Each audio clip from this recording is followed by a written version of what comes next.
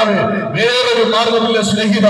നമ്മുടെ രാജ്യം, നമ്മുടെ സംസ്ഥാനം, നമ്മുടെ പഞ്ചായത്ത്, ഇതെല്ലാം ലഹരിക്കടിമയാണ്.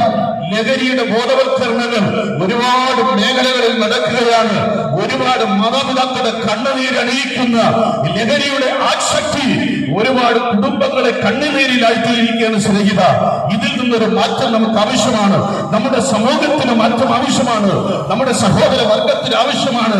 ജാതിയെന്നോ മതമെന്നോ വർണ്ണമെന്നോ കറുപ്പനെന്നോ വെളുപ്പനെന്നോ ഉയർന്നവനെന്നോ താഴ്ന്നവനെന്നോ സമ്പന്നനെന്നോ ദരിദ്രനോ എന്നുള്ള വ്യത്യാസമില്ലാതെ മനുഷ്യൻ എന്ന ഒറ്റ ചിന്തയിൽ മനുഷ്യന്റെ ജീവിതത്തിൽ സമൂഹത്തിൽ വളർന്നു വരുന്ന സാഹോദര്യ സാമൂഹിക സാംസ്കാരിക ബന്ധത്തിൽ ഒരു നല്ല കേരളം പടുത്തുയർത്തണമെങ്കിൽ അത് സുവിശേഷത്തിന് മാത്രമേ കഴിയൂ.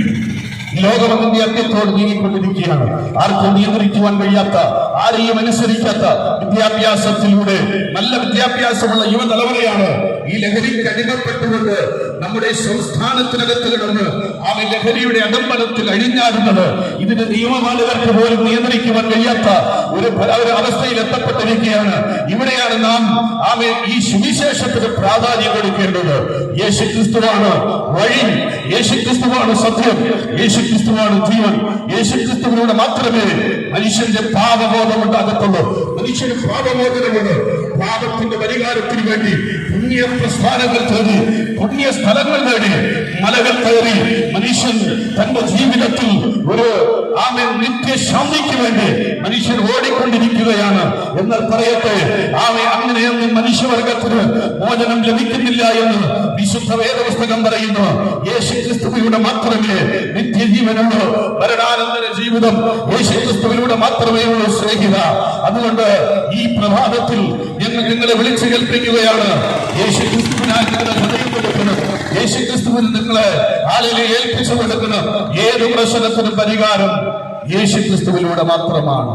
പാപത്തിൽ നിന്ന് മോചനം യേശുക്രിസ്തുവിലൂടെ മാത്രമാണ്. നാം ഇന്ന് അനുഭവിക്കുന്ന ജീവിത ക്ലേശങ്ങളിൽ, നാം അനുഭവിക്കുന്ന പ്രതിസന്ധികളിൽ മാറ്റം വരുത്തി തരുവാൻ യേശുക്രിസ്തുവിന് കഴിയും. അല്ലാതെ മറ്റൊരു മാർഗത്തിലും മനുഷ്യന്റെ ജീവിതത്തിൽ മാറ്റം വരുത്തുവാൻ കഴിയില്ല. മനുഷ്യ ജീവിതത്തിൽ മുന്നോട്ട് പോകാൻ കഴിയാത്ത സാഹചര്യം കടന്നു വരുമ്പോൾ മനുഷ്യൻ കണ്ടെത്തുന്ന ഏകമാർഗമാണ് ആത്മഹത്യ.